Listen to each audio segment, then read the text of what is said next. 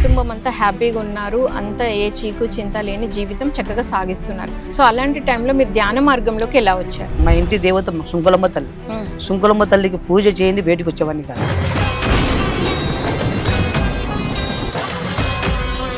కూర్చొని ధ్యానం చేస్తుంటే నాకు నేను నవ్వుకున్నాను. నీ ఇంట్లో ఏదో కార్యక్రమం జరుగుతుంది, ఆ కార్యక్రమం మంచిది కాదు అని మా సీనియర్ మాస్టర్ ఎల్ఐసి రామకృష్ణ వారు చెప్పడం జరిగింది. నీకు నమస్కారం స్వామి, నీ పాదాలకన్నా ముఖ్యము, ఇది మానుకోవడం అంటే మాత కాని పని. శాకాహారి అవ్వమన్నారని ధ్యానం మానేశారు, పిరమిడ్కి వెళ్ళడం. శాకాహారం అవ్వని చెప్పేసి పిరమిడ్కి వెళ్ళడం మానేసి ధ్యానం మానేశారు. నా స్నేహితుడు ఒక ఆయన పని చేసి ఇద్దరం కలిసి మెలిసిపోతుంటే ఆ స్నేహితుడు వచ్చి నీ తల్లి ఏ రోజన్నా కానీ నీకు కనిపించి నీకేమని చెప్పింది, నువ్వు ఎందుకు నమ్మలేకపోతున్నావు, ఎందుకు నమ్మక సఖ్యం లేదు నీకు, నువ్వు చెయ్యి ధ్యానం, నా తల్లి వస్తా నీ దగ్గరికి. అమ్మవారు మీకు స్వయంగా చెప్పారు, నేను ఏ జీవిని బలి కోరలేదు, నీ కోరికలు కోరి మీరు బలిస్తున్నారు తప్ప నువ్వు ఎలా కూర్చున్నావు నేను అలానే కూర్చున్నాను.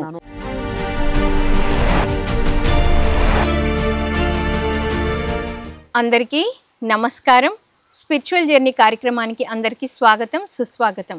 స్పిరిచువల్ జర్నీలో ఈరోజు మనతో పాటు ఉన్నారు బేతంచెర్లకు చెందిన కంబగిరి స్వామి.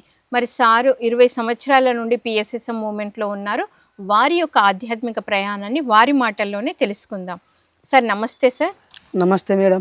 సార్ ముందుగా మీ బాల్యము, విద్యాభ్యాసము, తల్లిదండ్రులు, వివాహము. పిఎంసి ఛానల్ వారికి నమస్కారం. మాది బేతంచెర్లలో మా నాన్న జక్కుల స్వామి ఉండేవాడు, వారికి నేను పెద్ద కొడుకుని. నా పేరు కంబగిరి స్వామి.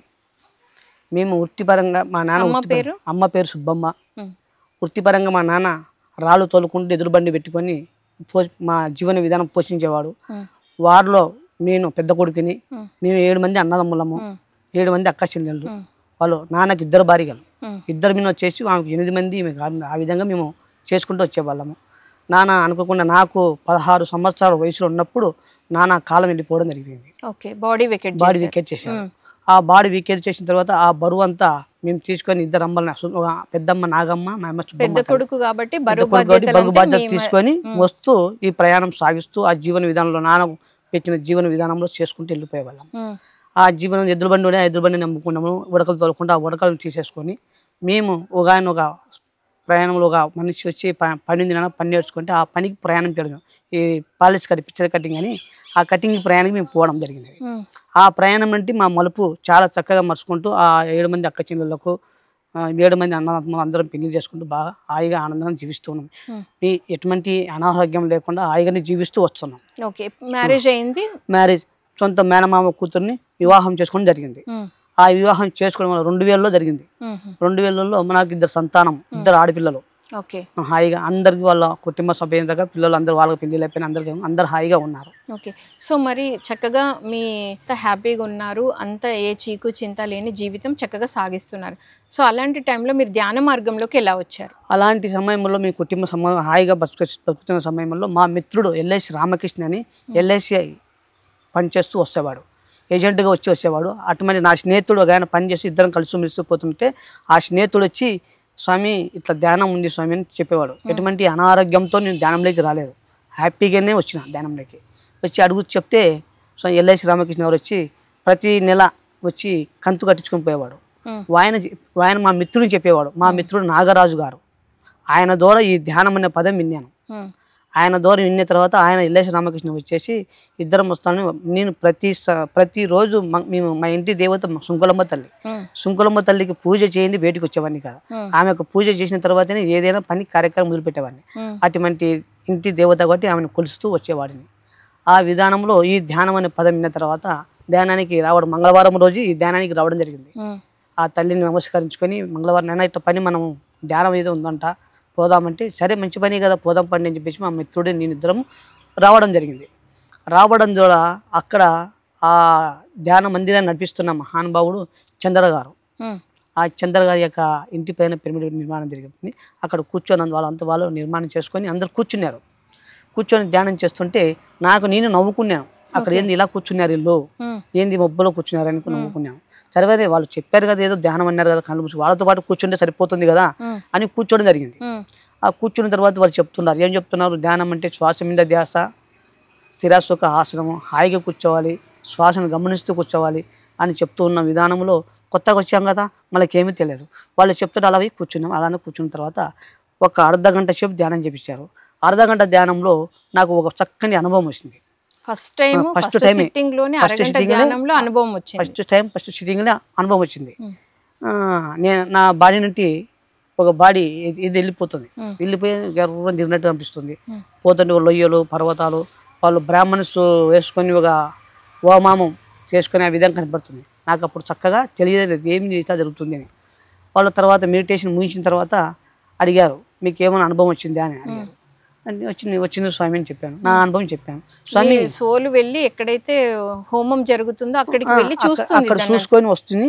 లోయలు పర్వతాలు అన్ని కనిపిస్తున్నాయి స్వామి. నేను కూర్చున్న ప్రాంతం వేరు ఉంది, అక్కడ ఉంది, ఏదో అర్థం కాలేదు స్వామి అని చెప్తే అక్కడ మాస్టర్స్ ఏం చెప్పారంటే, స్వామి నీకు గత జన్మ సంస్కారం వల్ల నీకు ఈ బాడీ రిలీజ్ అయింది, మీరు బాగా చక్కగా చూసుకొని వచ్చినారు, మీరు ఈ ధ్యానాన్ని వదులుకోవద్దండి, ధ్యానం చేయండి ఖచ్చితంగా అని చెప్పడం జరిగింది. ఆ చెప్పడం ద్వారా ఏమైంది ఇంత ఆ రోజు నుండి నా ప్రయాణం, ఈ ధ్యాన ప్రయాణము 2009 ఆ ప్రయాణం సాగుతూ వచ్చినది. ఆ ధ్యాన ప్రయాణంలో నా చిన్న కూతురు డెలివరీ ఈ ధ్యానంలోకి వస్తున్న మూమెంట్లో 3 రోజుల ముందర నేను 3వ తారీఖు 2009లో 3వ తారీఖు నేను ధ్యానంలోకి వచ్చిన. 2009 6వ తారీఖు మా బిడ్డ జన్మించింది కూతురు జ్ఞానేశ్వరి. అప్పుడు అంత ముందుకు పట్టింపులు ఉన్నాయి. ఈ ధ్యానంలో మార్గంలో వచ్చిన తర్వాత ఆ పట్టింపులు ఏం లేకుండా ధ్యానం వల్లనే అన్ని మంచి జరుగుతుందని చెప్పేసి ఆమె పేరు జ్ఞానేశ్వరి పేరు పెట్టడం జరిగింది. స్వతహాగా పెట్టేశారు. మీరే జ్ఞానేశ్వరి అని పేరు పెట్టారు. జ్ఞానేశ్వరి పెట్టాము. ఇంకొకరిని అడిగే వాళ్ళం, అడగకుండానే జ్ఞానేశ్వరి మంది ఆ విధంగా పెట్టేసుకున్నాము. ఆ రోజు నుండి ఈ రోజు వరకు చక్కగా ధ్యాన ప్రయాణం సాగుతూ ఉంది. ఆ ప్రయాణంలో సాగుతున్న ఎల్ఐసి రామకృష్ణ వారు వచ్చారు కదా, వారు చేస్తుండగా మనకు ఈ ధ్యానం అనే దాంట్లోకి వచ్చేలాక మాంసాహారం గురించి చెప్తారు. అవును, శాకాహారమే తీసుకోవాలని చెప్తారు. సో మీరు అంతకు ముందు మాంసాహారినా ఎలా మారారు? మాంసాహారం బాగా తీసుకునే వాళ్ళం మేడం. మేము మాంసాహారం బాగా వారానికి ఖచ్చితంగా ఒక 5-6 కోళ్ళని తినేవాళ్ళము. పెద్ద ఫ్యామిలీ కదా, పెద్ద కుటుంబము, 7 మంది అన్నదమ్ములము, 7 మంది వాళ్ళు ఆడోళ్ళు అంతా కలిసి ఉన్నవాళ్ళం. ఉమ్మడి కుటుంబం కలిసి ఉన్నవాళ్ళం. నిదానం పైన ఒకరు వెళ్ళకుండా వాళ్ళు బయటికి వెళ్ళిపోయారు. అంతవరకు బాగా కలిసే ఉన్నాము. నా ప్రయాణం వేరే అవుతుంది కాబట్టి వాళ్ళ ప్రయాణం వేరే ఉంది కాబట్టి ఈ విధంగా జరిగిపోయింది. ధ్యాన ప్రయాణం అయిపోయింది, ప్రాపంచిక ప్రయాణం. అందుకు డివైడ్ అయిపోయినాం. అప్పుడు ఆ ప్రయాణం వస్తూ చేసుకున్నాము. ఈ శుంకలమ్మ వారిని కొలుచుకుంటున్నప్పుడు 3 ఏళ్ళకు ఒకసారి ఖచ్చితంగా ఒక మేకపోతుని మేము చేసేవాళ్ళం. ఖచ్చితంగా ఆ దేవతకు నమ్ముకొని చేసేవాళ్ళం. ఆ విధంగా చేస్తుండగా మా అమ్మ ఖచ్చితంగా నేను మనం పూర్వం నుండి చేసేవాళ్ళము, ఖచ్చితంగా చెయ్యాలా అని అనేవాళ్ళం. ఆ ధ్యాన ప్రయాణం 2009 నుండి మార్చి ఏప్రిల్ మే జూన్ 3 నెలల వరకు కంటిన్యూగా ధ్యానం వదలకుండా నా పనులు పక్క పెట్టుకొని ధ్యానాన్ని కంప్లీట్గా చేసేవాడిని. ఎక్కడ కూర్చొని ధ్యానం చేసేవాడిని. ఎన్ని గంటలు చేసేవాళ్ళు? రోజుకు 6 గంటలు 7 గంటలు 8 గంటలు అలా చేసేవాడిని. అలా కూర్చొని ధ్యానం చేస్తాను. నాకు నేనే ఆనందంగా ఉండేవాడిని. అలా చేస్తున్నాను. ధ్యానంలో మర్చిపోయేవాడిని. నన్ను చెల్లకుండా ఎవరు ఇంటికి పోయేది లేదు. చేసి అలా చక్కగా కూర్చొని ధ్యానం చేస్తుంటే ఇంట్లో వాళ్ళందరూ నువ్వు ఏం ధ్యానం చేసుకున్నావు, ఏం కథ వాళ్ళు విమర్శించేవాళ్ళు. సరే నేను ఆనందంగా ఉంది, నేను పోతున్నాను ధ్యానం గురించి మీకు ఎందుకు మాట్లాడతాను అలా చెప్పుకుంటూ ధ్యానంలోకి వచ్చి చేసుకుంటూ ఉండేవాడిని. ఈ ఎల్ఐసి రామకృష్ణ వారు ఒక గుంటూరు నుండి ఒక మాస్టర్ తోడుకొచ్చేవారు. ఇక్కడ చంద్రన్న పిరమిడ్ దగ్గర జరిగేది. అప్పుడు ఒక క్లాస్ పెట్టారు. క్లాస్ పెట్టి ఆయన ఇంకా 1 నెల ఉంటే శుంకలమ్మకు మేము చేయాలా, ఆ కార్యక్రమం చేయాలా. ఆ కార్యక్రమం చేయాలని చెప్పిన మూమెంట్లో మరి వాళ్ళకు తెలిసిందో తెలియదో మనకు తెలియదు, కానీ మేమైతే చేయాలని మా అమ్మలు అందరూ నిర్ణయించుకున్నారు. కానీ అంతవరకు నాకు ఈ మాంసాహారం గురించి ఎవరు చెప్పినలే కాదు ధ్యానంలో. అప్పుడు ఒక ఆయన వచ్చి చెప్తున్నాడు, ఒక వేమన 18 చెప్తున్నాడు. జీవి చంపి జీవికే పెట్టంగా జీవహింసులకు చిక్కున మోక్షంబు విశ్వదాభిరామ వినరావేమ అని నాకెళ్ళి చూపిస్తున్నాడు. ఇట్లా చూపిస్తుంటే ఏంది ఇలా చూపిస్తున్నాడు ఏ మహానుభావుడు అని మళ్ళీ చెప్తున్నాడు. అట్లా తిప్పి 3 సార్లు చెప్పడం జరిగింది. ఏం సమయం చెప్పిన తర్వాత క్లాస్ అయిపోయిన తర్వాత ఏంది సమయం అని అలా చెప్తున్నానంటే, నీ ఇంట్లో ఏదో కార్యక్రమం జరుగుతుంది, ఆ కార్యక్రమం మంచిది కాదు అని మా సీనియర్ మాస్టర్ ఎల్ఐసి రామకృష్ణ వారు చెప్పడం జరిగింది. ఆ సమయం కార్యక్రమం అయితే జరుగుతుంది, మేము ప్రతి 3 ఏళ్ళకు ఒకసారి ఖచ్చితంగా మేము శృంఖలమని చేసుకుంటాము అని చెప్పినాము. అది మంచిది కాదు, అది నువ్వు బంద్ చేసుకోవాలా, మనం ధ్యానులము శాకాహారులము ఇలా ఉండాలన్నారు. నీకు నమస్కారం స్వామి, నీ పాదాలకన్నా ముఖ్యను. ఉమ్. మేము 3 నెలలకు ఒకసారి ఖచ్చితంగా మా చెల్లెళ్ళకు బట్టలు పెట్టడం, మంచి చేయడం, చెడ్డ చేయడం ఇలా జరుగుతూ ఉంటుంది. వంశపరంగా సాగుతుంది.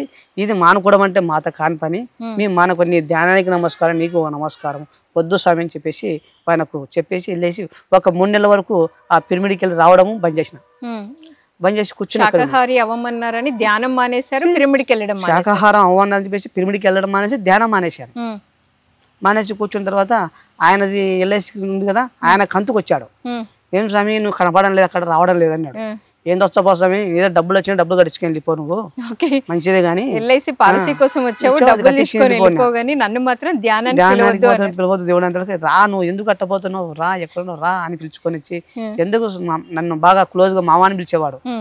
ఏం మామ అలా చేస్తావు, నువ్వు రా, ఎందుకు నీవు ఫస్ట్ అనుభవం పొందినావు, ఆ అనుభవం నిజమా కాదా చెప్పు నాకు. నువ్వు ధ్యానంలో అంత శక్తి లేకపోతే నువ్వు ఎందుకు అనుభవం పొందినావు, నువ్వే చెప్పిన మేమని చెప్పించినావా, నువ్వే చెప్పినావు అనుభవం, మరి నువ్వు ఎక్కడ పోయించినావు, ఆ హోమాలు ఎలా కనపడినాయి, ఆ పర్వతాలు ఎలా కనపడినాయి, ఇవల్ల నీకు తెలిసి నువ్వు అనుభవం చెప్పినప్పుడు నీ కాడ ఆ శక్తి ఉంది. నీ ఇంటి దేవత నేను కాదని చెప్పలే, నువ్వు నీ ఇష్టం, ఊదుబత్తులు అంటించుకుంటావా, టెంకాయ కొట్టుకుంటావా, ఏదైనా చేసుకో, ఎటువంటి అభ్యంతరం లేదు. కానీ నువ్వు ధ్యానాన్ని చేయాలా, ధ్యానానికి రావాలని పట్టుబట్టినాడు. జీవహింస చేయకూడదు అన్న తర్వాత ఎందుకు సరే అని చెప్పి నా అనుభవం అయితే చెప్పాడు. మళ్ళీ నాకు ఆయన తట్టి నన్ను లేపినాడు. నువ్వు ఇలా చెప్పినావు కదా, మరి ఇది నిజమా కాదన్నాడు. నిజమే, నువ్వు చూసింది నిజమే, ఎట్లా కాదని చెప్తావు, మరి నీ తల్లి 2 సంవత్సరాలంటే నువ్వు చేస్తున్నావు, నీ వంశపరంగా నువ్వు చేస్తున్నావు, నీ తల్లి ఏ రోజన్నా కానీ నీకు కనిపించి నీకేమైనా చెప్పిందా, లేదు, చెప్పలేదు.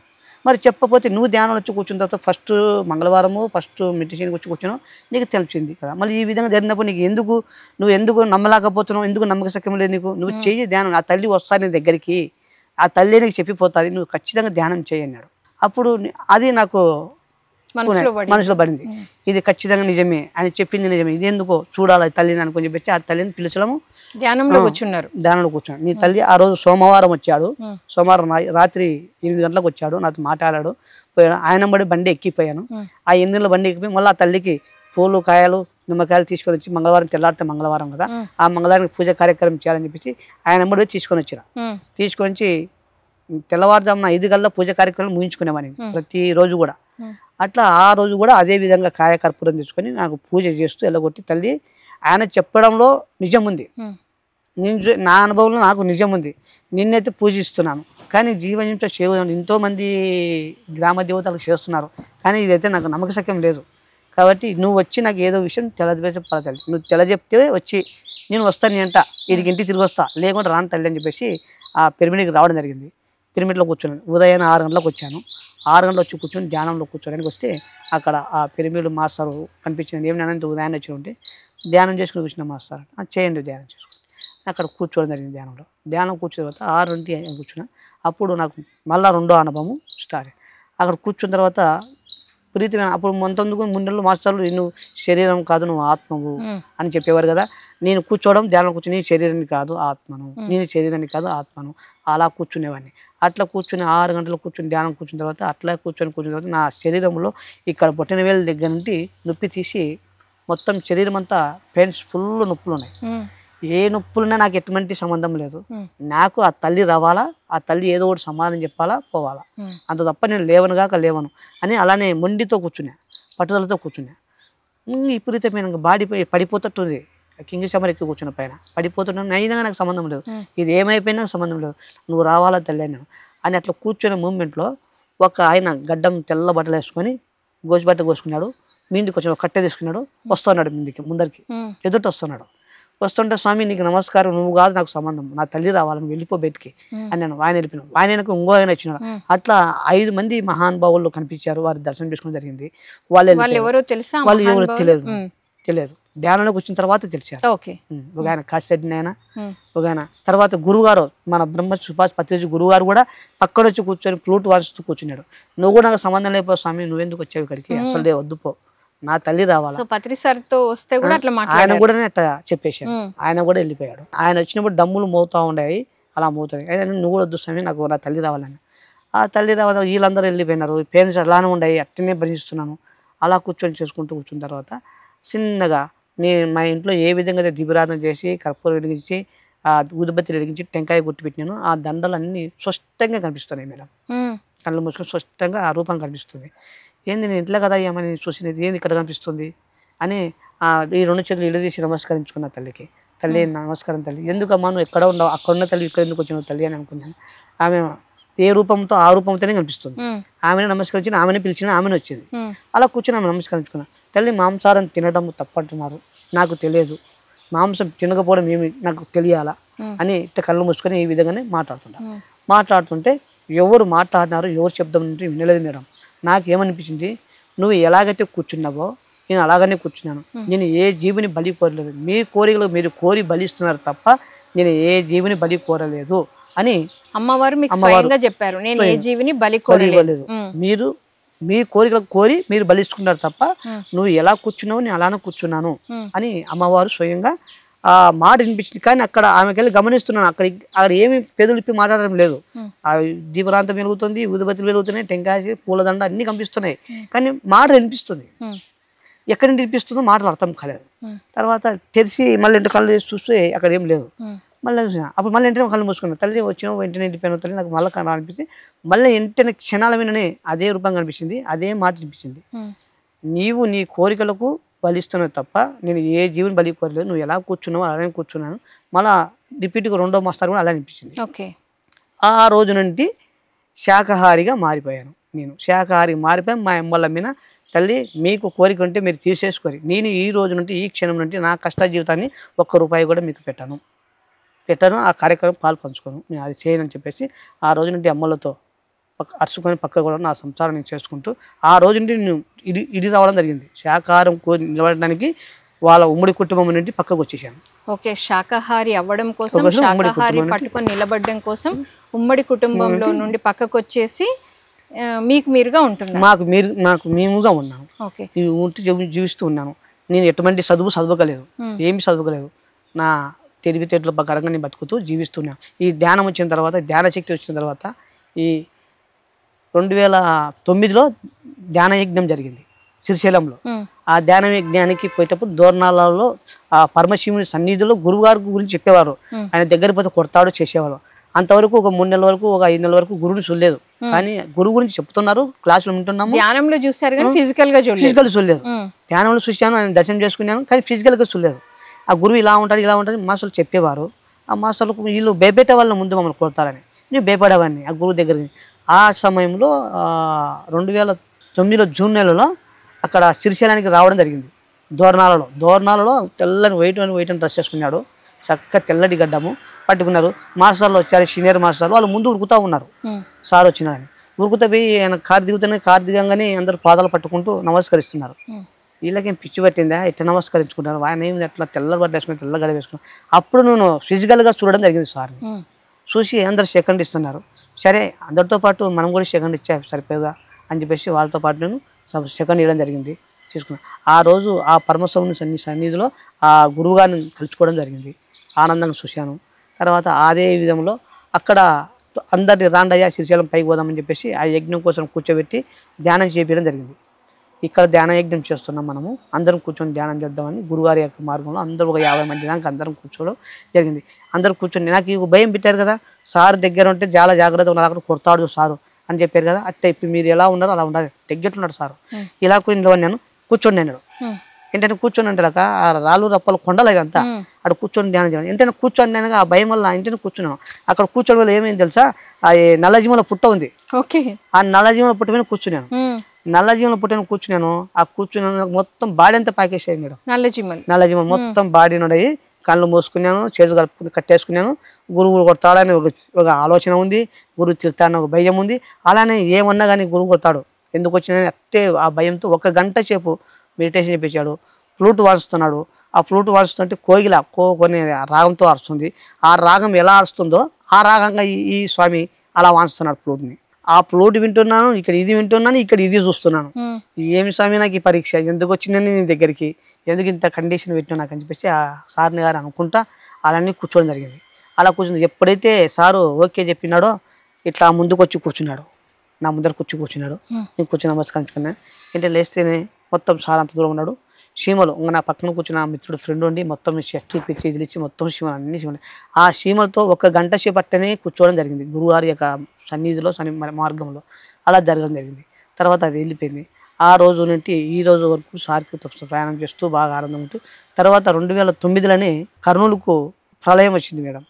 ఆ ప్రళయం సార్ ఇంటికి 2009లో 7 నెలలనేమో గురుగారింటికి బండలు వేయడానికి మాస్టర్ భువనేశ్వరరాజు గారు, చంద్ర మాస్టర్ గారు బండలు కర్నూలులో అప్పుడు ఉండారు కదా పాతింట్లో, వాళ్ళ అన్న ఇంట్లో ఉన్నాడు కదా, ఆ ఇంటికి బండలు ఇవ్వడానికి పంపించాడు. మేము ఆ బీచ్పల్లి బ్రిడ్జ్ దాటినాము అంతే, అప్పుడు మొత్తం కర్నూలు అంతా నీళ్ళు వచ్చి అంతా కొట్టుకోపోతుంది మేడం. లేకపోతే ఇక్కడ ఉండిపోయాము. అది మనం కళ్ళారా చూసాము. అక్కడికి వెళ్ళాము. అక్కడికి వెళ్ళిన తర్వాత అమ్మవారిని దర్శనం చేసుకోవడం జరిగింది. పత్రి మేడం దర్శనం చేసుకున్నాం. పత్రి మేడం కలిసాము. 21 రోజు పత్రి మేడం వారి ఇంట్లో కూర్చొని పనిచేసి 21 రోజు అమ్మవారి దగ్గర ఉండి, సో సార్ వాళ్ళ ఇంట్లో మీరు వర్క్ కూడా చేశారు, అంటే బండల వర్క్ చేశారు. ఆ రోజు వర్క్ చేయకపోతే వచ్చాడు సార్, వచ్చాడు. ఏమయ్యా అభేదం తెల్లనా మీది అని అడిగాడు. అవు సార్ అన్నాము. అభ్యర్థం తెల్ల చూశాడు. ఆ విధంగా మాకు చెప్పి సరే చేసుకోండి, పని చేయండి అని చెప్పి వెళ్ళాడు. ఆయన మార్గం మళ్ళీ పని అయిపోయేందుకు రాలేదు. పని అయిపోయిన తర్వాత చివర్లో వస్తాడని కూడా అడిగి ఆఫీస్ కార్డు విన్నాడు. ఆఫీస్ కార్డు మేము పోలేకపోయాము. ఇంకా పని అయిపోతుంది. మరి మీకు ఎలా అనిపించింది ఒక గురువు గారి ఇంట్లో ఆ పని చేసినందుకు మీరు ఎలా ఫీల్ అయ్యారు? గురువుగారి ఇంట్లో కూర్చోవడం వల్ల అక్కడ చాలా చక్కని ప్రయాణము, మార్పు జరుగుతూ వస్తుంది. మీరు ఆ సంవత్సరంలో ఆ విధంగా చేసుకుంటూ వస్తూ ఉన్నాము. ఆ ప్రయాణం గురువుగారి దగ్గరికి వచ్చి గురువు ఇంట్లోకి పోతేనే నేను ఎంటర్ అయిన తర్వాత మన గురుగారి ఇంట్లోకి రావడం జరిగింది. గురువుతో ప్రయాణము, గురుగారితో చక్కగా మళ్ళీ అమ్మతో మాట్లాడడం. అప్పుడు మేము చిన్న వాల్మీకి మేము పోయే వాళ్ళము. వాల్మీకి మహర్షి గురించి, వాల్మీకి అంటే ఎవరు, ఎక్కడ, ఏం కథ అని అడగడము. ఆయనకు భారీగా ఉంది, ఆయన భార్య పేరు తెలుసుకోవాలని అమ్మవారిని అడిగాను.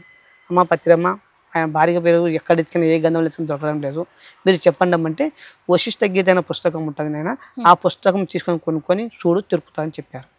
ఆ వశిష్ఠ గీత పుస్తకం భద్రాచలంలో పోయినప్పుడు తీసుకొచ్చుకున్నాను. దాంట్లో కూడా దొరకలేదు అని ఆ అమ్మవారి దగ్గర చిన్నమర్చుకొని వచ్చేటప్పుడు పని చేసి వచ్చేటప్పుడు మంచికి ఇద్దరం కలిసిపోయాము. ఇద్దరం చేసాము. మంచి 3000 రూపాయలు ఇచ్చి నాకు ఒక జత బట్టలు ఇచ్చి, మా ఇంటి ఆమెకు ఒక జతల బట్టలు ఇచ్చి పంపించింది. ఆయనకు నా తోడు వచ్చిన మంచికి ఇద్దరికి, లేడీస్కి ఇచ్చినారు, జెంట్స్కి ఇచ్చినారు. ఇచ్చి నైనా మీ ఫలితం, మీ కష్టం మాకు వద్దు నైనా, మీరు తీసుకెళ్ళండి. సో మీరు పని చేసినందుకు మేడం చక్కగా మీ ఇద్దరికి భార్య భర్తలకు బట్టలు పెట్టి డబ్బులు కూడా ఇచ్చింది మేడం. 21 రోజు పని చేసిన వద్దు నేను, మీ డబ్బులు తీసుకొని ఈ కష్టార్థం వద్దు మనకి, మీరు తీసుకెళ్ళండి. లేదు మేము ప్రేమతో వచ్చి చేస్తున్నాం మేడం, మాకు అవసరం లేదు మేడం అని కూడా వినలేదు. ఎందుకు కష్టం, నీకు సంసారం లేదా, తీసుకెళ్ళు, ఎందుకు తీసుకోలేకూడదు అని చెప్పేసి అడిసి మరి తిట్టి ఇచ్చారు మేడం గారు. అప్పటి నుండి ఇప్పుడు కూడా ఎక్కడైనా కనపడితే మమ్మల్ని లంబు జంబు అంటది. ఆయన హైట్ ఉండేవాడు, నేను పొట్టి ఉన్నవని నన్ను లంబు జంబు అని, ఎక్కడ జంబు ఎక్కడ పోయినాడు లంబు అని నన్ను అడిగేది. ప్రతి దానికి నేను బాగా అటెండర్ అయ్యమని, శాఖ ర్యాలీలకు కానీ ఎక్కడైనా క్లాసులకు కానీ పోయేవాడిని. మేడం గారు కలిసి మాట్లాడొచ్చేవాడిని. శాకాహార ర్యాలీస్ గురించి చెప్పండి. శాకాహార ర్యాలీ గురించి మేడం, బేతంజలో వచ్చేసి అక్టోబర్ 2వ తారీఖు చక్కగా కూర్చొని ఒక కొండపైన కూర్చొని, నేను నరసింహారెడ్డి గారని ఉండేవారు ఇక్కడ, మా మిత్రుడు, ధ్యాన మిత్రుడు, ఆయన ఇద్దరం కలిసి కూర్చొని పోయి ధ్యానం చేయడం మొదలుపెట్టాం. కొండపైన శిఖరం పైన కూర్చొని ధ్యానం చేస్తుంటే అక్కడి నుండి సూర్యకిరణాల నుండి బాగా మంచి ఎండ 4 గంటలప్పుడు సూర్యకిరణాల నుండి శాకాహారాలు చేయడానికి అందరూ ఉత్తపేద బాణాలు తీసుకొని కిందికి కిరణాలమ్మడి కింది దిగిరావడం జరిగింది మేడం. మేము చూసాము, స్పష్టంగా ఆ విధంగా జరగడం చూసాము. ఆ ర్యాలీ చేయడానికి, ఆ ర్యాలీ చేస్తూ ఫస్ట్ మొదటగా ఇక్కడ మన వేదంచల్లో ర్యాలీ జరిగింది చూసాము. చాలా గొప్పది ర్యాలీ. ప్రతి ఎక్కడ చేసినా కానీ ర్యాలీలు చాలా అద్భుతంగా జరిగిపోయాయి. మాంసాహారం గురించి, ఒక జీవహింస గురించి ఎలా చెప్పాలా అనేది ఒక ర్యాలీలు చాలా చేయడం చాలా గొప్ప విషయం. అది ఒక పిరమిడ్ మన గురుగారికి సాధ్యం మేడం. గురుగారికి చాలా సాధ్యం. అసలు మిగతా వారి గురించి చెప్పనీక లేదు. గురుగారు చేసే ఈ యొక్క శాఖాహార ర్యాలీలు చాలా చాలా గొప్పవి. అవి చెప్పనీక లేదు, చేయనీక లేదు, అంత గొప్పవి. దానివల్ల ఎంత జీవులు శాంతిస్తాయంటే అంత శాంతిస్తాయి. ఓకే సార్, ఇప్పుడు శాకాహార ర్యాలీస్ చక్కగా మీరు పార్టిసిపేట్ చేశారు. తర్వాత మరి సారు పిరమిడ్ జగత్ గురించి కూడా చెప్తారు కదా సార్, మీరేమన్నా పిరమిడ్ కట్టడము మీ ఇంటి పైన, లేకపోతే ఎక్కడైనా పిరమిడ్ కడుతుంటే మీరు సపోర్ట్ చేయడం జరిగిందా? వీర బ్రహ్మేంద్ర స్వామి పిరమిడ్ యొక్క ధ్యానంలో కూర్చున్న తర్వాత మొత్తం ఈ ధ్యానంలోనే నాకు స్పష్టంగా కనిపించేసింది. నేను వచ్చి ఈ పిరమిడ్కు పని చేస్తుంటే, నువ్వు చూసింది ధ్యానంలో ఈ పిరమిడేరా అని నాకు నేను తెలుసుకోవడం జరిగింది. సో మీరు ధ్యానంలో కూర్చున్నప్పుడు ఇప్పుడు ఏదైతే పిరమిడ్ కట్టబోతున్నారో బేతంచెర్లలో వీర బ్రహ్మేంద్ర స్వామి పిరమిడ్ నమూనా అంతా మీకు కనబడింది. మొత్తం నమూనంతా ముందు కట్ట ముందుకే నాకు ఆ విధంగా కనిపించింది. ఆ కనిపించిన దానికి వచ్చి ఇక్కడ కడుతున్నారు, నేను వచ్చి ఇక్కడ పని చేస్తూ చూసుకుంటా. సో దాంట్లో మీరు ఏం వర్క్ చేశారు? బండల వర్క్ చేసాను సార్. హాల్లో గ్రానైట్, ఇదల్లా చేసాం. మరి చరిత్రలో నిలిచిపోయే ఒక అద్భుతమైన పిరమిడ్కి మీరు వర్క్ అంతా చేశారు కదా, అప్పుడు మీకు ఏమనిపించింది? చాలా గొప్ప పని అనిపించింది మేడం. ఇటువంటిది మనం దొరకబోదు, మనం చేయబోదు, మనం చాలా గొప్పగా చేసుకోవాల్సిన పని ఇది, చేయవలసినది అని చెప్పేసి చేసాము.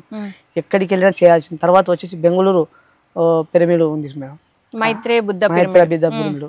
అక్కడ కూడా ఒక నెల రోజులు అక్కడ కూడా పని చేశారు. అక్కడ నెల రోజులు వర్క్ కోసం వెళ్ళి ఈ వృత్తి వల్ల నాకు గురుగారిని యొక్క దయ వల్ల అక్కడికి వెళ్ళడము, మన పిరమిడ్లకి చాలా మందికి పోవడం జరిగింది. తర్వాత కలికిరి కొట్టాల జేతవనము, అక్కడ కూడా జేతవనంలో 2 నెలలు అక్కడ ఉండడం జరిగింది. అక్కడ జేతవనంలో 2 నెలలు ఉన్నారు కదా సార్, ఈ పని చేసుకుంటూ కూడా మీకు ధ్యానం చేసుకోవడానికి కూడా టైం చిక్కి ఉంటది. చాలా బాగుంది. అలా అక్కడ ధ్యానం చేస్తున్నప్పుడు మీరు పొందిన ఒక అనుభవం కొట్టాల గురించి మీ మాటల్లో. కొట్టాలలో మేడం జేతవనంలో అనుభవం, నా ఫిజికల్గా అనుభవం, వాళ్ళని చూసుకోవడము, వాళ్ళ జేతవనం ప్రభాకర్ సుధాకర్ అనే వాళ్ళు చాలా చక్కగా కృషి చేస్తారు. శారీరక పనులు చేయడం కానీ, వాళ్ళ ఇంట్లో ఆడవాళ్ళ లేడీస్ కానీ పోయిన వారికి బాగా ఆహ్వానిస్తూ అందరూ చక్కగా చేసుకుని చేసేవాళ్ళు. మార్గం బాగుంది. ఆ జేతవనం ఒకప్పుడు చిన్నగా కుటీరంతో కుటాలతో ఉండేది. ఇప్పుడు వైభోగంగా అసలు ఒకసారి చూసినది వేరు, ఇప్పుడు చూసేది వేరు మేము. అంత విధంగా ఉంది. అంటే ఇప్పుడు మొన్న పోయిన సంక్రాంతికి మేము అక్కడికి వెళ్ళాము. అప్పటికి ఇప్పటికి చాలా తేడా ఉంది. రమణ మహర్షి ఆశ్రమం కడుతున్నారు. గురియే గురువు అని రమణ మహర్షి గురువు గురించి అక్కడ తెలుసుకోవడం, అక్కడ కింద స్థానంలో కూర్చొని ధ్యానం చేయడం, చాలా చక్కగా మంచి అనుభవాలు అక్కడ పంచుకొని రావడం జరిగింది మేడం. చాలా చక్కగా అక్కడ ప్రభాకర్ గారు చాలా కృషి చేస్తున్నారు. చాలా అసలు గ్రేట్ మాస్టర్. ఆ చక్కటి మాస్టర్ ఎలా సాధ్యమో తెలియదు. గురువు యొక్క వెంట ఉంటేనే అవుతుంది పని, లేకపోతే కాదు. గురువు యొక్క విశ్వాసమే పని. ఏదైనా పట్టుకుని ధ్యానం తప్ప, ధ్యానమే చరణం. ఒక శక్తి అంటే ఏంటి? ధ్యానం. ఎన్ని సంవత్సరాలు ధ్యానం చేస్తున్నామంటే అనుభవం లోపల చెప్పకపోవచ్చు. ఇది ఎన్ని సంవత్సరాలంటూ మనకు ఈ మాటలు రాకపో ఉండొచ్చు, కానీ ఆ అనుభవంతో 20 సంవత్సరాలు మీరు వస్తేనే ఇక్కడ చాలా సీనియర్ మాస్టర్ ఉంటారు చెప్పారు. సీనియర్ మాస్టర్ అంటే ఈ ఊరు యొక్క గొప్పతనము, సమాజం యొక్క గొప్పతనం తెలుసుకోవాలంటే ధ్యానం ద్వారానే సాధ్యం. ధ్యానం అనే పదం తెలుసుకున్న తర్వాత మనిషి యొక్క విలువ తెలిసింది, ప్రకృతి యొక్క విలువ తెలిసింది, పంచభూతాల యొక్క విలువ తెలిసింది, ఆత్మన మనమే ఉన్నామని విలువ తెలిసింది ఈ ధ్యానం ద్వారా. ధ్యానం లేకపోతే ఈ విలువ తెలిసేది కాదు, మనిషి గొప్పతనం తెలిసేది కాదు, దేవుని యొక్క గొప్పతనం తెలిసేది కాదు. దేవుడు ఎక్కడంటే మనమే దేవుళ్ళమని చెప్పేసి. Okay sir. సో మరి ధ్యానంకి రాకముందు మీరు ధ్యానంలోకి వచ్చినాక మీరు అంటే మనకు స్వతహాగానే కొన్ని గుణాలు ఉంటాయి సార్, అంటే కోపం రావడము ఏదైనా ఉండొచ్చు. అలాంటివి ధ్యానంలోకి వచ్చిన తర్వాత మీరు తగ్గించుకున్న గుణాలు ఏంటి? చాలా తగ్గించుకున్నాం మేడం. కోపంగా ఇంట్లో భారీగా విలువ ఎలా ఉండాలో అంత ముందుకున్న విలువ వేరు. ఏం పెట్టేది లేదా, మనం మంచి తిట్టేది లేదా అని తిట్టేవాడిలో ఇప్పుడు భారీగానే భావనలు తీసేసి ఒక దేవతలాగా భావిస్తూ ఆమెను ఒక దేవతలాగా చూసుకుంటూ పిల్లలను తిట్టేవాడిని. పిల్లలను కూడా తిట్టకూడదు. గురువు చెప్పిన మార్గంలో, గురువు యొక్క మార్గంతో చెప్పిన మాట పిల్లలను తిట్టకూడదు. ఆ దేవతలు దేవుళ్ళలో అలాంటి మాటల్లో నా మార్పుని నేను చూసుకుంటూ వాళ్ళని తిట్టకుండా ఇంట్లో దేవతల వాళ్ళ పిల్లలను చూసుకుంటూ చక్కగా చేసుకుంటూ ఈ గుణంలో లేదు మేడం. కోపం అనేది చాలా శాంతంగా మాట. ధ్యానము చేస్తే శాంతమే, ఏమి లేదు, మార్పు రావాల్సినదే. ఆ మార్పులు ధ్యానం చేస్తూ చక్కగా వచ్చాము, ఆ విధంగా చేస్తాము. తర్వాత వచ్చేసి ఈ అనుభవం మా పెద్ద కూతురు క్యాజువల్గా ఆడుకుంటూ షేవ్ కొట్టింది. ఓకే. కొడితే ఆ షేవ్ గుయ్యని మోతూ ఉండేది. ఒక 3 రోజుల వరకు అది బగ్గి మోటార్ మోగినట్టు మోతా ఉంది. మీకు మోగుతా ఉంటే ఏంది ఇలా మోగుతుంది, ఇది ఎట్లా దీని కథ అని బాగా చూసుకున్నాను. తర్వాత వచ్చేసి కర్నూలుకి హాస్పిటల్ పోదామని చెప్పారు. కర్నూలుకి మా భార్య మేము ఇద్దరు వెళ్ళిన తర్వాత గురువు చెప్పిన మాట మనం వినకుండా, గురువు ఏం చెప్పినాడు? నో డాక్టర్ నో మెడిసిన్ చెప్పారు కదా. మరి మనం గురువు మాట వినకపోవడం ఏంటి? ఖచ్చితంగా గురువుని ఆచరించి ధ్యానం చేస్తే పోతాను. సర్వరోగ నివారణ సర్వభోగ కారణం చెప్పినాడు కదా. ఇది ఇలా చెప్పినప్పుడు మనం ఎందుకు నిజం కాదు, అది చేయాలి, మనం విశ్వాసం లేక చేయకున్నాం అని చెప్పేసి ఇద్దరం కర్నూలుకు పోయి కర్నూలు డాక్టర్ కాడికి పోయి కూర్చొని, కబీర్ డాక్టర్ అని ఉండేవాడు ఆయన. షేవ్ పెద్దది ఇంత ఇగ్గరం మధ్య పెట్టి షేవ్ గురించి మొత్తం చెప్పేవాడు. ఆడికిపోయిన తర్వాత ఆ స్లిప్ రాసి ఇచ్చాడు మాకి. స్లిప్ ఇచ్చి నేను పోయి చెప్పేసి ముక్కులో 3 సుక్కలు, నోట్లో 3 సుక్కలు, కంట్లో 3 సుక్కలు వేసుకోని చెప్పేసి అబ్బో ఇంత పెద్ద చేయాలని నా కారణం అని చెప్పేసి తీసుకుందామని పోయి ఇస్తుంటే నా అంతరం నుండి, నా లోపల నుండి వచ్చిన ఆలోచన, గురువు పట్ల విశ్వాసం లేకుండా, గురువు యొక్క మాట వినకుండా నువ్వు మెడిసిన్స్ వాడుతున్నావు అని అనిపిస్తుంది. అనిపిస్తే వెంటనే ఆ స్లిప్ సార్ ఇవ్వండి సార్ అని చెప్పి రిటర్న్ ఇప్పించుకున్నాను. మీరు వచ్చారు, మీరు చూపించుకోపోని చెప్పేసి మా భార్య గారికి చూపించాను. ఆమె చూపించుకొని నేను తీసుకుని ఇంటికి తీసుకొచ్చుకున్నాను. సరే మీరు ఎందుకు మీ మందులు కొనుక్కోలేదు, తీసుకుని స్లిప్ తీసుకొని నేను కొనుక్కోండి, ఖచ్చితంగా ధ్యానం చేసి పోగొట్టుకుంటాను, నాకు ఈ టెస్ట్ నా నుండి నాకు అనిపించింది కాబట్టి ఖచ్చితంగా నయం అవుతుంది, మీరు తీసుకొని చెప్పేసి ఆమె చూపించుకొచ్చి నేను వచ్చేసాను ఇంటికి. ఇంటికి వచ్చిన తర్వాత రాత్రి 10:30 కూర్చున్న ధ్యానంలో. అన్ని కార్యక్రమం భోజనం గీనం చేసుకొని 10:30 కూర్చొని తెల్లవాళ్ళు కూర్చొని ధ్యానం చేశాను మేడం. నొప్పులు అనిపిస్తాయి, నొప్పులు వచ్చినా అనిపించలేదు. నాకు ఖచ్చితంగా నేను నయం చేసుకోవాలి, నాకు ధ్యానం ద్వారా తగ్గాలి, ధ్యానం ద్వారా తగ్గాల. గురుగారు మీరు ఏం చేస్తారో తెలియదు, నువ్వు చెప్పావు కదా, నువ్వు చెప్పిన దానికి నేను మళ్ళీ రిటర్న్ తీసుకోవచ్చు, నాకు పోను, నేను పోయినప్పుడు నువ్వు ఏం చేస్తావు చెయ్యి అని ఒక్క రోజుల్లా కూర్చున్నాను. ఆహా అది ఏం తగ్గలే. రెండో రోజు కూడా అదే టైంకి మళ్ళీ 10:30 కూర్చున్నాను. రెండో టైం 10 టైం కూర్చుంటే ఆ టైంలో కూర్చున్నప్పుడు జిగ్గున నాకు ఇక్కడ నుండి లాగినట్టుగా అనిపించి ధ్యానం కూర్చుని కరెక్ట్ తెల్లవారుజాము 4:30 సమయం అయింది. ఆ సమయంలో పోయింది. ఆ తర్వాత కంప్లీట్ ఆ రోజు పోయింది, చెవు తెప్పి పోగొట్టుకున్నాను. సో చక్కగా మనకి Patri sir no doctor no medicine వల్ల నా అనుభవం పూర్వకంగా నేను తెలుసుకోగలిగినాను. ఖచ్చితంగా ధ్యానం వల్ల ఖచ్చితంగా నయం అవుతుంది, ఇది కరెక్ట్ గురుగారు చెప్పినది, నో మెడిసిన్ అని చెప్పినది నీ వాస్తవంగా అనుభవపూర్వకంగా చెప్పారు, ఇది అనుభవపూర్వకంగా తెలిసి నేను అనుభవిస్తున్నాను. No medicine no doctor. ఇప్పుడు కూడా మెడిసిన్స్ వాడడం లేదు, 16 సంవత్సరాలు అవుతుంది. ఈ ధ్యానంలోకి వచ్చినాయంటే మెడిసిన్స్ కానీ ఇంజెక్షన్ కానీ ఏది వాడడం లేదు. ఇప్పటివరకు ఒక్క టాబ్లెట్ ధ్యానంలోకి వచ్చి ఒక టాబ్లెట్ కూడా వాడటం లేదు. వాళ్ళు నేను చేసేది పని హార్డ్ వర్కే అన్ని చేస్తుంటాను, ప్రతి క్షణం పని చేస్తూ ఉంటాను. ఆ పని చేస్తూ ఏదో తలనొప్పి వస్తే కూడా కూర్చోవడం పోయి ధ్యానమే చరణం కోరడం, ధ్యానం ద్వారానే నాకు చరణం, గురువే చరణం అని అలా కూర్చొని ధ్యానం చేసుకుంటూ ప్రతిదీ కూడా ఏం లేకుండా చేసుకుంటూ వస్తున్నాను. తరిగారు వచ్చేసి సదానంద స్వామి మన గురుగారు యొక్క గురుగారు. ఆశ్రమానికి దగ్గరలో మాకు ఇక్కడ దగ్గర నందవరం, ఎప్పుడు కంటిన్యూగా అక్కడికి వెళ్ళేవాళ్ళం. సో సదానంద స్వామి ఆశ్రమం మీకు దగ్గరే. సో మరి మన గురువు అయిన ఆ సదానంద యోగి గురించి మీ మాటలు. సదానంద స్వామి యొక్క గురువుగారికి, ఆ గురుగారి దగ్గరికి గురువుని వచ్చేవారు. ప్రతి గురు పౌర్ణమి వరకు వచ్చి అక్కడ గురు పౌర్ణమికి జరిపేవాళ్ళు. ఆ గురు పౌర్ణమి దగ్గర జరుపుతూ గురువు ఎంతో గొప్పవాడు, గురువు దగ్గరికి వస్తే అన్ని ఇస్తాడు, ఆయన అన్ని ఇస్తాడు, మీరు కోరి రావాలంతే అన్ని ఇస్తాడు అని చెప్పి గురుగారు చెప్పారు. అన్ని ఇస్తాడని చెప్పేసి మనం ఉండిపోయింది. అలా గురుగారు సదానంద ఆశ్రమంలో కూర్చున్నప్పుడు అక్కడ కూర్చొని ధ్యానం చేస్తుంటే ఆయన పాదాల కింద కూర్చొని ధ్యానం చేసి ఆయన పాదాలు బాగా ఒక అడుగు ఇటు మేడం, బాగా పాదాల దగ్గర కూర్చున్నాను, ఇలా తట్టార్చాడు పాదాలతో, ఇలా అనడం జరిగింది.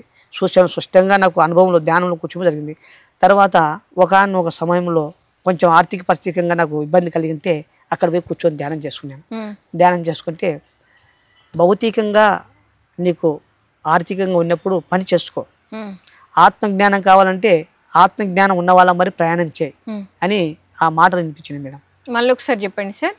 భౌతికంగా నీకు డబ్బు అవసరం అనుకున్నప్పుడు పని చేసుకో, ఓకే, నీకు ఆత్మజ్ఞానమే కావాలనుకుంటే సీనియర్ మాస్టర్ మరి ప్రయాణం చేయి, అదే అని చెప్పాడు మేడం. ఆ మాట వినిపించింది. ఆ రోజు నాకు అనిపించింది, అదే అంటే మనకు అవసరం ఉన్నప్పుడు పని చేయాలి, పని చేస్తేనే మనకు సంసారంలో నిలవగలుగుతాం. లేక మనకు పని ఉన్నప్పుడు నిర్వేసుకున్నప్పుడు సీనియర్ మాస్టర్లు అమ్మడి పోవాలంటే వారు యొక్క ఆత్మజ్ఞానం కావాలంటే వారు ఎమ్మడి ప్రయాణం చేస్తే ఆత్మజ్ఞానం వస్తుంది, లేకుంటే రాదు అని ఆ ఆత్మజ్ఞానం ఇచ్చే వాళ్ళు ఎవరు గురువుల దగ్గర చేరితే అది ఆత్మజ్ఞానం వస్తుంది అని ఆ గురువు దగ్గర పోవడం ద్వారా నాకు ఆత్మజ్ఞానం లభించడము, ఆ గురువు చెప్పడం మాటలు వినడము. అన్నం లారగించినాను, ఆమరభూషణం దాచినాను, కన్నతోని కూడినాను, సకల బంధులాపం దాపు చేసి నటించినాను, ఏ నూనెం లేదు బ్రహ్మవేత్తలకి అని చెప్పేసి సదానంద స్వామి వారు చెప్పడం, అది వినడము, దాన్ని చక్కగా చూసుకోవడము, అట్లా ఎన్నో అనుభవాలు పొందాను మేడం. చాలా చక్కగా సదానంద స్వామి గురువు యొక్క గొప్పతనము, సదానంద స్వామి పత్రిసారి గురువారు చాలా గొప్ప గురువుగారు, వారి యొక్క ఆశ్రమం చాలా ఉన్నత స్థితికి ఎదుగుతుంది అని తలుచుకొని ఇక్కడ ఈ వీర బ్రహ్మేంద్ర స్వామి బేదంచెర్ల పిరమిడ్ దగ్గర మాకు అంత 30 కిలోమీటర్ 20 కిలోమీటర్ దూరంలో ఉంది.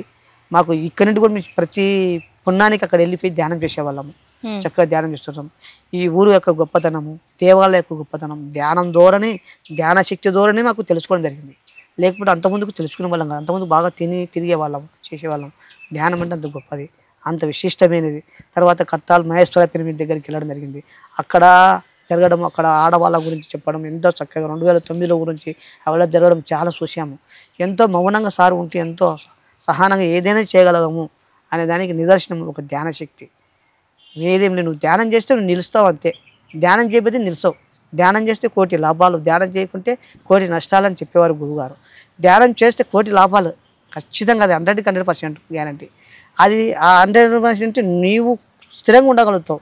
స్థిరాసుఖ ఆసనం, నువ్వు స్థిరంగా ఉండాలంటే నువ్వు ముందు ధ్యానం చేయాలి. ధ్యానానికి నువ్వు చూసుకోకపోతే నువ్వు ఏమి నిలవలేవు. ఏ ఒక్కరైనా ఎటువంటి వారికైనా కానీ ధ్యానం అనేది చాలా ఈజీ. ఇంకా ఎన్నో మచ్చుగా ఉండే ఆసనాలు వేసేటివి, కానీ అట్లా లేకుండా కష్టాలు లేకుండా సారి స్థూరంగా సుఖంగా కూర్చొని ధ్యానం చేసుకోండి అని అందరికీ అభ్యయలా మనకు సారు గారు మనకు అందించింది చాలా ఈజీగా మన గురువు మనకి ఆనాపానసతి శ్వాస మీద ధ్యానాన్ని పరిచయం చేశారు. మరి అంత అద్భుతంగా అంటే మనకందరికి ధ్యానాన్ని పరిచయం చేసి నిజంగా మన జీవితాలన్నీ కరెక్ట్గా ఈరోజు ఇంత పర్ఫెక్ట్గా ఇలా జీవిస్తున్నామంటే దానికి మన గురువే కారణం. సో అలాంటి గురువు గురించి మీ మాటలు. గురువు యొక్క గొప్పతనం తెలుసుకోవాలంటే గురువుని అనుసరించాలి. గురువు గొప్పతనం, గురువు యొక్క లక్ష్యాన్ని తెలుసుకోవాలంటే గురువు చేసే పనులు చేయాలి. గురువు ఏ మార్గంలో నడుస్తున్నాడో ఆ గురువు మార్గంలో మనం నడచాలి. ఆయన ఆచరించి చూపించి చేసి వెళ్ళాడు. ఇప్పుడు ఆయన ఉన్న లేకున్నా మనం ఆయన ఉన్నాడని భావిస్తూ మనం వెళ్ళాలి. ఖచ్చితంగా ఉన్నాడు. భూమి అంతా నిండి ఉన్నాడు. ఆయన అంతటా ఉన్నాడు, అందరితో ఉన్నాడు. అందరితో ఏ మాట మాట్లాడుతావు ఆ మాటతో ఉన్నాడు. ఆయన నువ్వు ఏది మాట్లాడతావో ఆయన వింటూ ఉంటాడు. అది అంత చక్కగా ఉన్నవాడు. ప్రతి క్షణం ఆ గురువుని తలుచుకుంటూ వెళ్ళిపోతుంటాను. గురువే చరణం కోరుతూ ఉంటాను. గురువు ద్వారా కర్మ పట్టి ఫలితం అంట, చెడు చేసే చెడు అంట, మంచి చేసే మంచి అంట అని చెప్తూ ఉంటాడు గురుగారు. ఆ భావన గురువు యొక్క గొప్పతనము 18 చరణాలతో ధ్యానం చేద్దాం అన్న పాట పాడాడు. 18 చరణాలు ఒక్కొక్క చరణంలో ఒక గుణార్థాలు ఉన్నాయి.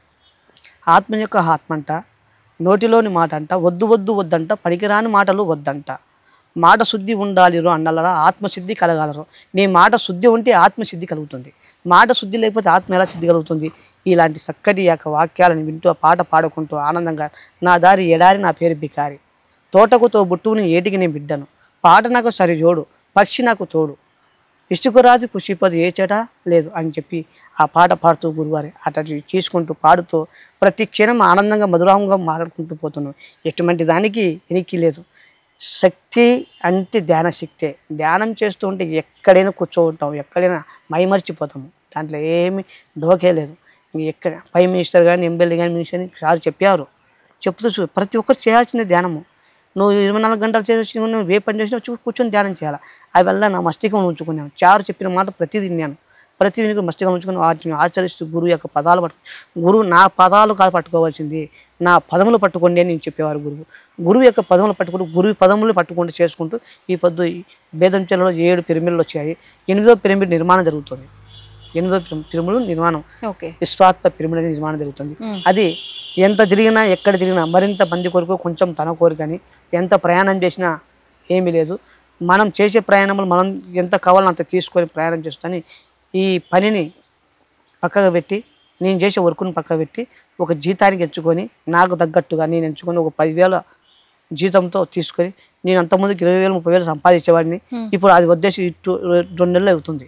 ఈ 2 నెలలు ఆ పిరమిడ్ నిర్మాణానికి నేను బాగా చాముగా ఎంచుకుంటూ వ్యాపారం కూడా పక్కన పెట్టి ఒక దగ్గర ఉద్యోగానికి ఆ పిరమిడ్ కార్యక్రమానికి భాగం చేసుకుంటూ నేను ఆయన మహానుభావుడు సుదర్శన్ బాబాని కట్టిస్తున్నాడు.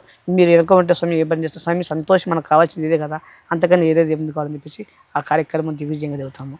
అది ఈ భువనేశ్వరరాజు గారు ప్రతి నెల పున్నం రోజుకి చక్కగా ఆనందంగా సహకరిస్తూ వచ్చిన వారికి అందరూ వడ్డిస్తూ చేస్తున్నాడు. చాలా గొప్ప మాస్టర్, సీనియర్ మాస్టర్. ప్రతిదీ కూడా ఈ తెలుసుకోవాలంటే ధ్యానం ద్వారానే మేడం. ధ్యానం తప్ప ఇంకొకటి ఏం లేదు. Okay sir, thank you. మరి ఎంతో అద్భుతంగా ఎంతో చక్కగా మీ ఆధ్యాత్మిక ప్రయాణాన్ని ఎంతో అద్భుతంగా తెలియజేశారు. Thank you so much. Okay madam. So విన్నారు కదండి, స్పిరిచువల్ జర్నీలో సార్ యొక్క ఆధ్యాత్మిక ప్రయాణం ఎంతో అద్భుతంగా తెలుసుకున్నాము. మరి మరొక స్పిరిచువల్ జర్నీలో మరొక మాస్టర్తో మళ్ళీ కలుద్దాం. Thank you so much.